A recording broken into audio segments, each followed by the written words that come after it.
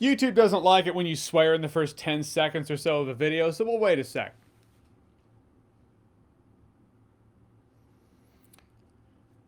Yeah, this movie's fucked up.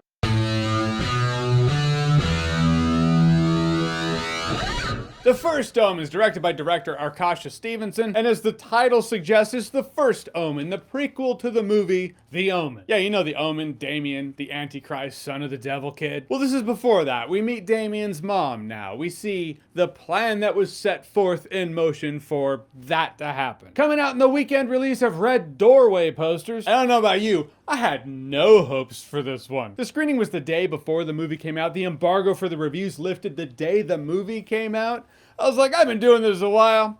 I know the signs. Those are not good signs. This movie's gonna suck ass. This movie was way better than I thought it was gonna be. First of all, Nell Tiger-Free stars in the film. She plays this not quite a nun, but she's on the road to being a nun. She's on the path. I feel like more qualified in the ways of Catholic lore subscribers and viewers are gonna correct me in the comments section. I get it. Point is, she's in Rome in 1971, and she has, unbeknownst to her, stepped right smack in the middle of this very nefarious plan in the war between good, evil, heaven, hell. Can't think of a scene without her. A lot was on her shoulders. She nailed it. What I like about her, she is relatable. You know, she's human. Because in this whole war of heaven, hell, angels, demons, God, the devil, there are people who are like, this is my calling, it's what I do, and I know that.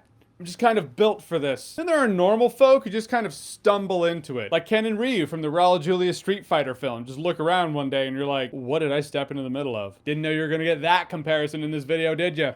Gonna be honest with you, didn't know I was gonna do it till I did it. And that's my channel. In the case for her, she is on the path in her religion, but that does lend opportunity to have the character who's questioning things. And that's very relatable. We all question things. But there's such a spectrum of the emotional beats that she has to hit in this movie. She's never one note, amazingly complex. She's engaging. She is a huge element of what makes this movie work. What else does? Well, its use of atmosphere and tone. You know how these movies go. It's a prequel to a pre-existing IP that's been around for a few decades. Another one of these forced prequels or sequels pops out of a hole in the ground. You're just kind of left with that sense of, oh, just when I thought I saw all the desperation the internet and the world had to offer, here you are. But it's not like that. Not like that at all. It's a film that does have its tie-ins. If it didn't, that would be weird. But if you've never seen The Omen, I feel like this movie would still work in its own bubble, in its own right. And that's due to the creep factor, the general sense of anxiety tightening like a guitar string. There are a couple of jump scares, and they're earlier on in the movie. And well, one in particular, I was like, did you steal that from The Nun?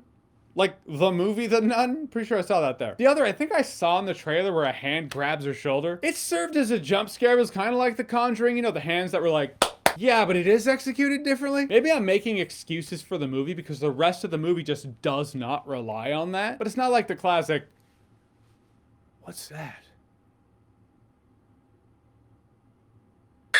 I thought this movie crushed it with the eerie, creepy music, the disturbing iconography. Practical effects movie is like 99% practical, well, at least looks it, and that's the point. Some of which I was like, dude, I'm not built for this. I can't watch this shit. The birthing process is beautiful. No, it's a fucking horror film. Case in point. This movie just surprisingly had a lot more going on in terms of how it's trying to get to you and how it's trying to creep you out. It's a lot more cerebral than I expected it to be. And there's one scene in particular where it's, you know, we've all seen the classic thing of like someone getting taken over by a demon or something. Happens in here. It is incredible. There's one shot and I'm like, can this just be the Oscar reel? This is so good. Great even. I'll say it's great. There was a thing that it was executed like a reveal. And I was like, wait, was I not supposed to know that this whole time? Feels weird. I feel like I was supposed to know it the whole time, but the way the movie executed it made me doubt that. Just kind of came across as a little awkward. The experience is still the experience. The creepiness is still the creepiness. And 2024 is stepping it up, finally, in the horror genre. Of all things, just very unexpected. What's the year trying to tell us? How you control people who no longer believe, you create something to fear. All right, that's just too real. style. This is a horror film that's refreshingly old meets new. Its throwbacks are not wrapped in cheap nostalgia bait. Shocking, because it is in fact a prequel. Its throwbacks are in its filming, its technique, the special effects, cinematography. It throws back in a way that pays respects to the horror of the decade it's hailing from, but doesn't feel dated. It's not like you'll watch it and be like, well, I'm sure that would have been creepy back in the 70s. This is some solid horror. It's worth watching and worth buying on VHS. Same hype as Blu-ray, but horror on VHS. I mean, come on, perfect marriage if ever there was one. First of The First Omen, have you seen it? What did you think about it? Or what's your favorite horror film of 2024? Well, whatever it is, whatever you think, comment below, let me know. And as always, if you like what you've seen here and you want to see more, click right here to see more.